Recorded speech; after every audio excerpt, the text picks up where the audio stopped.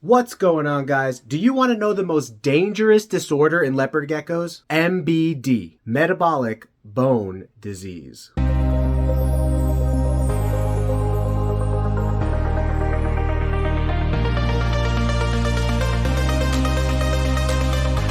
Selling in the billions each year, Rainbow Mealworms is your one-stop shop for all your insect needs. Their quality feeders and A+ customer service keep me coming back to support the health and growth of all of our animals. Visit them today at rainbowmealworms.net to place your order. So although metabolic bone disease is not common for experienced breeders and keepers of leopard geckos, it's extremely common for people buying leopard geckos as their first pet who are unaware of how to prevent MBD, metabolic bone disease, or for people that go for long periods of time with neglecting the nutrients necessary so that this does not happen. Talking about MBD, it usually does not happen in adults. Here we have a small group of a couple breeding adults, but it is a disease that is more common in baby and juvenile leopard geckos. So let's move on down to our baby room and talk about it a little bit more. All right, this is our baby room for leopard geckos. It's where all the leopard geckos go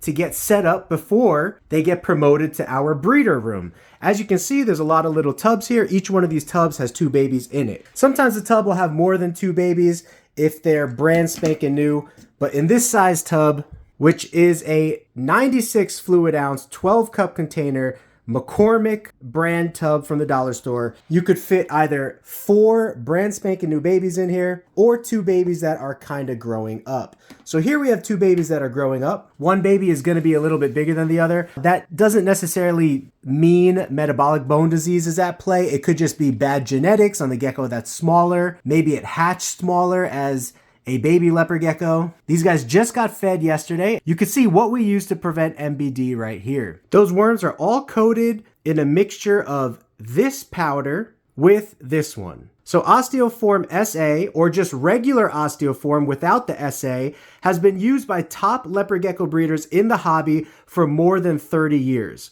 If you take 1 scoop of this, which is packed full of all the calcium and vitamin D3 that your gecko needs, and you mix it with every 3 scoops of this, which is packed with all the vitamins and supplements and minerals that your leopard gecko will ever need, you'll come up with a nice little mixture that you could use for every single time you feed your leopard geckos. So a lot of people ask me, how much powder am I supposed to use? The worms are coated fairly heavily in the powder, but you don't want to put too much powder in there because it will drown the worms. This is probably about 40 to 50 mealworms, 3/4 inch size. And for that, this is just a normal spoon. I would probably put about half a tablespoon of the formula. So this is the formula already pre-mixed. It's 1 scoop of the calcium for every 3 scoops of the Vionate that I put in this big container, mix it together, and that way I could just easily feed it off to the geckos little by little. Now, how can we prevent MBD? A lot of people don't know about it. You know, I myself, when I got my very first reptile, which was a leopard gecko, I don't remember being educated on MBD. All I was told was dust your crickets with this powder before you give it to your leopard gecko. I was 8 years old at the time. So one point of contact that I think that we could best educate reptile hobbyists is at the point of sale. So I make it a point in most of my conversations with people to take note of their language and experience level. So the way they're talking to me might prompt me to ask them more questions. Or I just might be like, hey, not sure if you know this, but leopard geckos are prone to MBD, which can be a deadly disease for them. So you might want to do this, this, and this. And a lot of people come back with asking me, is ReptiCalcium okay? Is Herptivite vitamins okay? And my answer to them is yes. Everything that you currently see at the pet store or reptile pet store that is calcium based or vitamin based is good for your reptiles. But in my humble opinion, and the opinion of many other breeders that have used this combination for the longest time, Osteo Form and Vionate, the 2 products that I just showed you, make the best solution to prevent MBD. Now, the only thing you need to prevent MBD is calcium with D3. The D3 part is if you are not using a UVB light for your leopard gecko, which I would say 80 to 90% of leopard gecko hobbyists and keepers do not use a UVB light. So therefore, it's very common in the leopard gecko world to hear, oh, you need calcium with D3.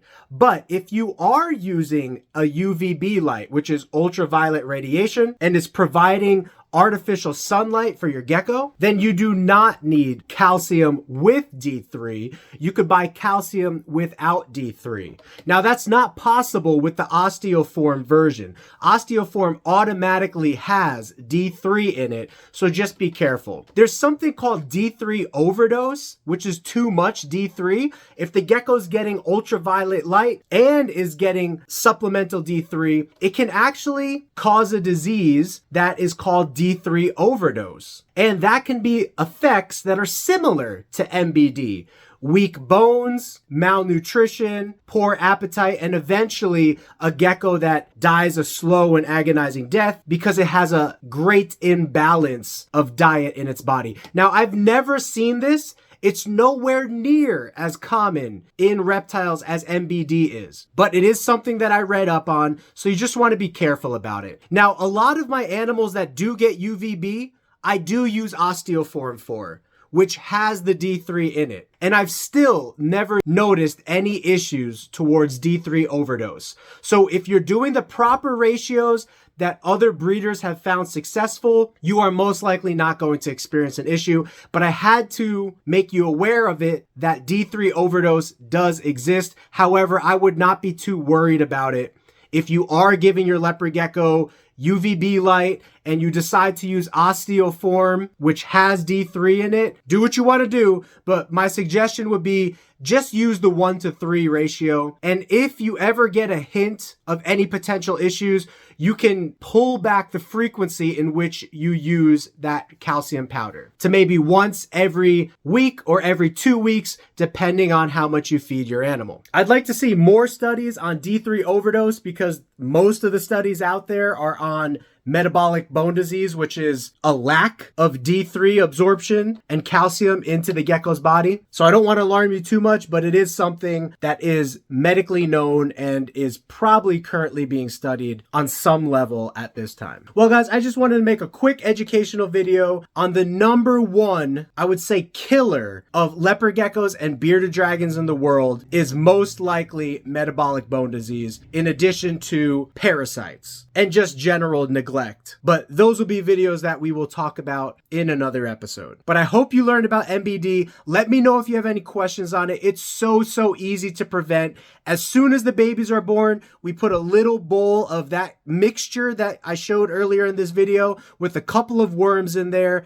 We make it easy and accessible for the geckos, and we've rarely ever had any issues. If you do have the rare situation where a leopard gecko is developing MBD as a baby, what you want to do is sprinkle the calcium mixture on the floor of the gecko's tub with a couple of worms down there, and most likely they will start eating and lapping up the calcium powder off the floor. For whatever reason, they're not doing a great job of eating it out of the bowl. That does happen from time to time. Now, leopard gecko babies are so small, so it's really hard to give them a liquid dose of calcium.